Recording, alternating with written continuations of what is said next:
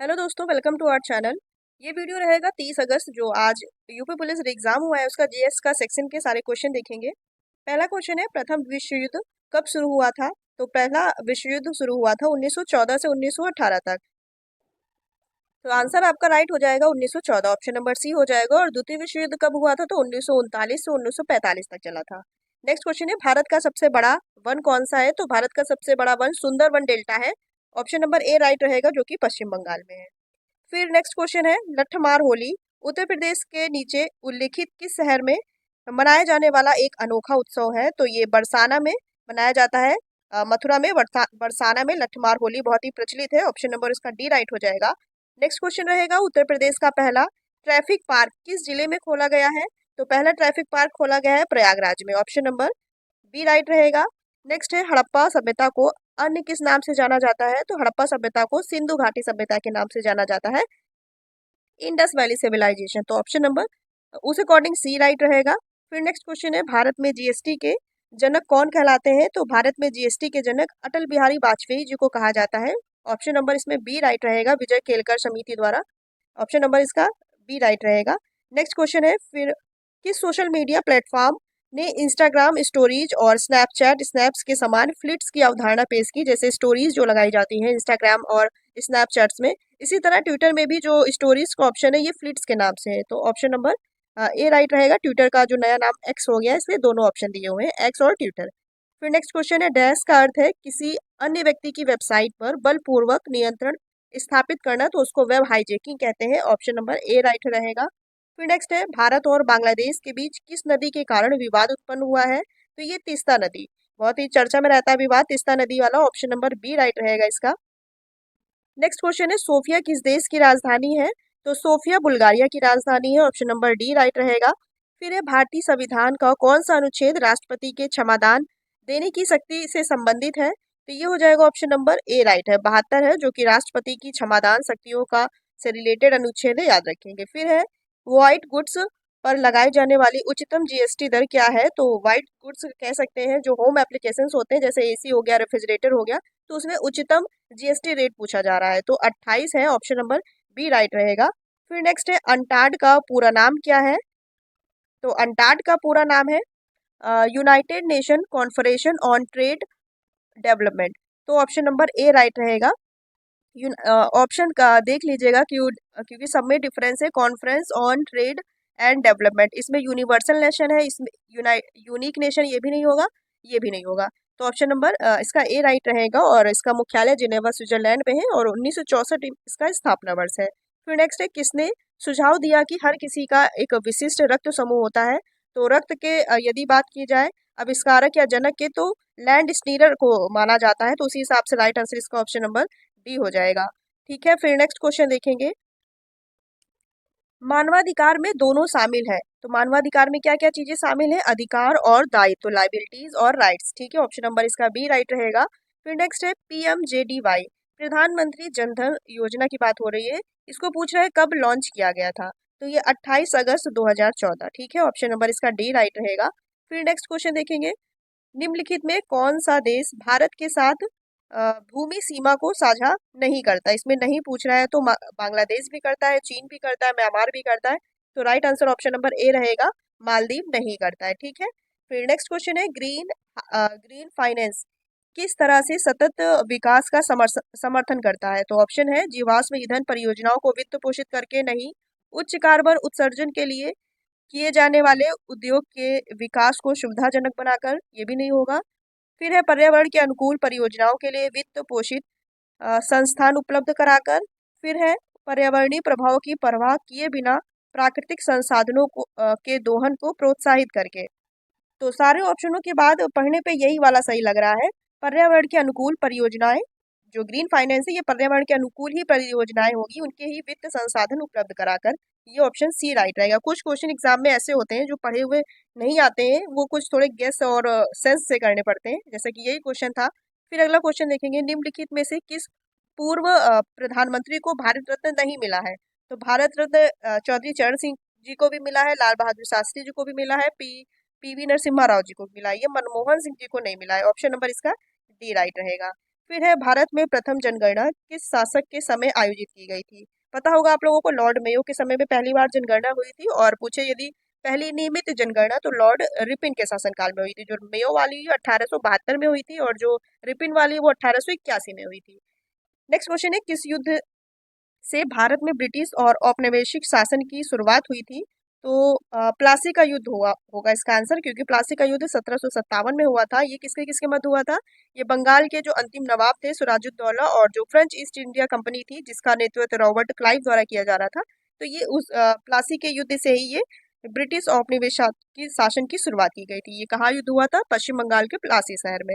फिर देखेंगे अगला क्वेश्चन है, शहरीकरण का एक महत्वपूर्ण पर्यावरण प्रभाव क्या है? वायु प्रदूषण में कमी, उच्च कार्बन उत्सर्जन, पानी में गुणवत्ता में सुधार और बढ़ी हुई हरियाली। तो शहरीकरण का एक महत्वपूर्ण पर्यावरण प्रभाव, जहाँ शहरीकरण, जहाँ औद्योगिकीकरण ज्यादा होगा वहां पर उत्सर्जन, कार्बन की मात्रा का उत्सर्जन ज्यादा मात्रा में होता है। तो ऑप्शन नंबर इसका बी राइट हो जाएगा।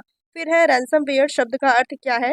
तो रैंसमवेयर शब्द एक जो होता है सॉफ्टवेयर को खराब कर देता है, या कह सकते हैं फाइलों को इनक्रिप्ट कर देता है। तो इस हिसाब से ऑप्शन नंबर इसका सी राइट हो जाएगा, है ना। ऐसा सॉफ्टवेयर जो फाइलों को इनक्रिप्ट करता है और फिरौती की मांग करता है। फिर है सतगति पुस्तक, जिस पर एक फिल्म बनी थी, किसके द्वारा लिखी गई है? तो प्रेमचंद्र जी की ऐसी पुस्तक पूछी गई है जिसका शायद आप लोगों ने नहीं पढ़ा होगा। तो इस हिसाब से इसका right answer option number A ही है, क्योंकि काफी सारी रचनाएं हैं जो चर्चित रचनाएं हैं। एक भी नई क्वेश्चन रखे गए हैं जो महत्वपूर्ण पुरस्कार से रिलेटेड हो, साहित्य हो या ज्ञानपीठ हो, उससे एक भी क्वेश्चन नहीं आया है। ये पता नहीं कौन सी रचना दे दी गई है प्रेमचंद्र जी की। तो ऑप्शन नंबर ए राइट रहेगा। फिर क्वेश्चन है, कौन सा प्राचीन भारतीय ग्रंथ संगीत, नृत्य और नाटक पर विस्तृत लेख के लिए जाना जाता है और जिसे शास्त्रीय भारतीय कलाओं के लिए एक आधारभूत कृति माना जाता है? तो ये माना जाता है एक जो पुराना ग्रंथ है नाट्य शास्त्र। उस हिसाब से ऑप्शन नंबर इसका राइट रहेगा सी, नाट्य शास्त्र। फिर है समस्या के बारे में अधिक से अधिक स्पष्ट विचार प्राप्त करने के लिए क्षेत्र अध्ययन के समय नियमों को लागू करने वाला अनुसंधान है। ये पहली बात तो पता ही नहीं चल रहा है ये किस टॉपिक का क्वेश्चन है। समस्या के बारे में अधिक से अधिक स्पष्ट विचार करने के लिए क्षेत्र अध्ययन के समय नियमों को लागू करने वाला अनुसंधान है। अनुसंधान से तो है, रिसर्च से है, लेकिन क्रियानिष्ठ अनुसंधान, व्यवहारिक अनुसंधान, अनुसंधान विश्लेषण, प्रायोगिक अनुसंधान। चारों ऑप्शनों को एनालिसिस करने के बाद तो ऐसा लग रहा है कि यही होना चाहिए। बाकी ये पता नहीं किस टॉपिक का है। अ, शायद हो सकता हो ये विवादित भी क्वेश्चन हो, तो इसका आप छोड़ दीजिए। अगर आपने छोड़ा होगा तो ज़्यादा बेस्ट रहा होगा, नहीं तो माइनस मार्किंग में हो सकता है कट भी जाए, लेकिन छोड़िए इसको। फिर देखेंगे केंद्रीय कृषि विश्वविद्यालय कहाँ स्थित है। तो केंद्रीय कृषि विश्वविद्यालय स्थित है मणिपुर में। ऑप्शन नंबर ए राइट हो जाएगा। फिर नेक्स्ट देखेंगे, आर्कटिक परिषद जलवायु परिवर्तन और आर्कटिक शासन को संबोधित करने में कैसे मदद करती है? तो पर्यावरण नियमों का पालन नहीं करने वाले सदस्य देशों पर प्रतिबंध लगाकर। दूसरा ऑप्शन है, आर्कटिक में आर्थिक विकास और संसाधन निष्कर्ष को बढ़ावा देने पर ध्यान केंद्रित करके। और फिर नेक्स्ट ऑप्शन है, आर्कटिक मुद्दों पर अंतर्राष्ट्रीय प्रयासों का समन्वय कर कर। फिर नेक्स्ट है, एक ऐसे शासी निकाय के रूप में विनिमय करके जो सभी आर्कटिक देशों के लिए कानूनों और विनियमों को निर्देशित करता है। इसके ऑप्शन इतने बड़े हैं कि क्वेश्चन ही भूल गए कि क्या पूछा गया है।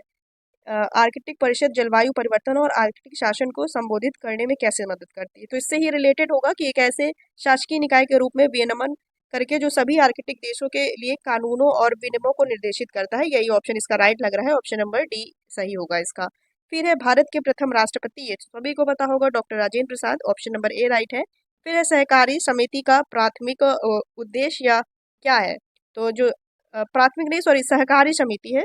सहकारी समिति का प्राथमिक उद्देश्य क्या है?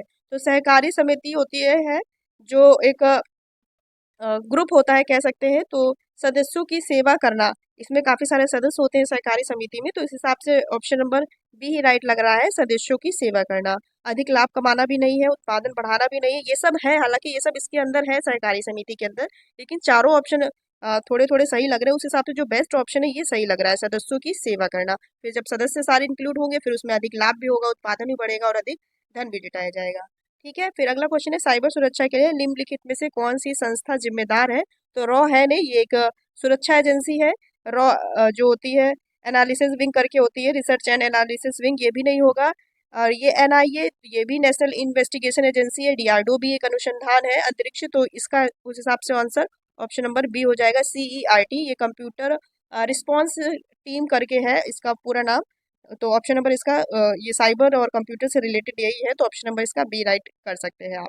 फिर अगला क्वेश्चन है, कौन सा शब्द विशिष्ट नियमों के अनुसार टिप्पणी या अवलोकनों को संख्याएं निर्दिष्ट करने की प्रक्रिया का वर्णन करता है। ये भी फिर एक ऐसा ही जो अभी एक क्वेश्चन आया था अनुसंधान से रिलेटेड, ये भी वैसे ही क्वेश्चन है, पता नहीं चल रहा है ये टॉपिक कौन सा है। कौन सा शब्द विशिष्ट नियमों के अनुसार टिप्पणी अवलोकनाओं को संख्याओं निर्दिष्ट करने की प्रक्रिया का वर्णन करता है। इसमें है ऑप्शन प्रतिचयन, परिकल्पना परीक्षण, माप विश्लेषण। पता ही नहीं चल रहा है तो आप विश्लेषण को चुन सकते हैं। अगर आपने ऑप्शन इसको छोड़ दिया है तो ज़्यादा बेस्ट किया है, क्योंकि कुछ क्वेश्चन छोड़ने के लिए ही रहते हैं। चलो नेक्स्ट क्वेश्चन देखेंगे, भारतीय संविधान का कौन सा अनुच्छेद वाक स्वतंत्रता या अभिव्यक्ति की स्वतंत्रता से संबंधित है। तो स्वतंत्रता में 19 अनुच्छेद बताया था, ऑप्शन नंबर बी राइट रहेगा। 19 में काफी प्रकार की स्वतंत्रता दी गई है, उसी में से वाक स्वतंत्रता या अभिव्यक्ति की स्वतंत्रता या प्रेस स्वतंत्रता कह सकते हैं, ऑप्शन नंबर इसका बी राइट रहेगा। नेक्स्ट है, भारत के किस शहर में दुनिया के 90% छोटे हीरे संसाधित होते हैं। तो ये सूरत में, ऑप्शन नंबर इसका सी राइट रहेगा। सूरत में ये हीरे संशोधित होते हैं या हीरे अधिक मात्रा में पाए जाते हैं। फिर है 2011 की जनगणना के अनुसार भारत में कुल वनावरण है। तो भारत में जो वनावरण है 11 की जनगणना के अनुसार ये है 21.05। तो ऑप्शन नंबर इसका ऑप्शन नंबर सी राइट रहेगा, ठीक है, 21.05। फिर है अंतर्राष्ट्रीय पुनर्निर्माण एवं विकास बैंक, जिसे आईबीआरडी कहते हैं, इसका पूछ रहा है क्या है ये आईबीआरडी क्या है। यह एक इंटरनेशनल बैंक कह सकते हैं, इसका फुल फॉर्म देखिए, international bank for reconstruction and development. तो इसका ऑप्शन उस हिसाब से राइट रहेगा, यह एक अंतर्राष्ट्रीय वित्तीय संस्थान है, सही है, जो सदस्य देशों को वित्तीय सहायता देता है। तो ऑप्शन नंबर इसका ए राइट रहेगा, आईबीआरडी, और इसका गठन वर्ष 1944 हो जाएगा। ये वित्तीय सहायता देने से संबंधित है, याद रखेंगे। फिर अगला क्वेश्चन देखेंगे, हरित क्रांति जिसने कई विकासशील देशों में कृषि उत्पादन में उल्लेखनीय ढंग से वृद्धि की में मुख्य रूप से शामिल थी, वे क्या थी। ऑप्शन देखिए, अनुवांशिक रूप से रूपांतरित फसलें, फिर है उन्नत सिंचाई तकनीकी, फिर है उच्च उपज किस्म के बीज और रासायनिक उर्वरक, और जैविक खेती के तरीके। जो हरित क्रांति थी ये रिलेटेड थी उच्च उपज किस्म, जो अच्छी किस्म की खेती की जाती है, उच्च उपज किस्म के बीज और रासायनिक उर्वरक, ठीक है, ऑप्शन नंबर इस हिसाब से ऑप्शन नंबर सी राइट रहेगा। फिर नेक्स्ट क्वेश्चन देखेंगे, स्पेस एक्स पहले निजी तौर पर वित्त पोषित अंतरिक्ष कार्यक्रम की सह स्थापना किसके द्वारा की गई थी। तो स्पेस एक्स की स्थापना एलन जो मस्क इनके द्वारा की गई थी सन 2002 में। ऑप्शन नंबर इसका राइट रहेगा, ऑप्शन नंबर डी। इन सारे क्वेश्चनों को देखने के बाद ऐसा लग रहा है कि जो एग्जामिनर है, जो एग्जाम में क्वेश्चन पुट कर रहा है, वो पता नहीं कौन सी किताब से क्वेश्चन ले रहा है। हाँ, हालांकि 10 से 15 से 20 क्वेश्चन है जो कि बुक वाले हैं, लेकिन 20 क्वेश्चन ऐसे हैं जो किताब में है ही नहीं। और ये सारे क्वेश्चन कुछ सेंस से करने होंगे, तो कुछ समझ से करने होंगे, कुछ ऐसे क्वेश्चन दे रखे हैं। तो आप लोग बताइएगा दोस्तों, आपका स्कोर कितना आ रहा है, क्योंकि जीएस में अगर 48 क्वेश्चन है तो इसमें मान सकते हैं 20 से 19, 20, ज़्यादा से ज़्यादा 22-23 क्वेश्चन ऐसे होंगे जो आपके डेफिनेटली सही होने चाहिए। उसके बाद आपने कुछ गेस भी किए होंगे, तो हो सकता हो 7 से 8 क्वेश्चन आपके गलत हो गए हो। तो ओवरऑल अगर देखा जाए तो अगर आपके 38 में से कह सकते हैं 40 का अगर एवरेज है, तो उसमें से अगर आपके 25 से 28 के बीच क्वेश्चन बन रहे हैं सही क्वेश्चन, मतलब गलत वाले हटा के, तो आपका ठीक स्कोर है, क्योंकि सभी के इतने बनेंगे। क्योंकि अगर आपके क्वेश्चन काफ़ी सारे गलत भी होंगे तो उससे घबराने की जरूरत नहीं है, क्योंकि जो जीएस सेक्शन है वो आपके ही लिए नहीं, वो काफ़ी जितने भी एग्जाम दे रहे हैं सिर्फ में, सबके लिए ही ऐसा है। और बाकी मैथ हो गया, रीजनिंग हो गया, हिंदी तो चलो अच्छा होगा ही, वो तो पढ़ी हुई चीज़ें आ जाती हैं, लेकिन जीएस का कोई कल्पना ही नहीं किया जा सकता है कि कहाँ से क्या आ जाए। तो अगर आपका 25 कह सकते हैं, 25 तो ठीक है, 20 से 28 तक के बीच में नंबर बन रहे हैं जीएस सेक्शन में, तो बेस्ट स्कोर है। आप लोग अपना कमेंट बॉक्स में बता सकते हैं स्कोर आपका जो हो चुका है एग्जाम कितना आ रहा है। फिर अगर उसी हिसाब से बाद में जब एनालिसिस किया जाएगा तो उसमें मदद मिलेगी, ठीक है। तो आप कमेंट बॉक्स में आंसर जरूर बताइएगा अपना।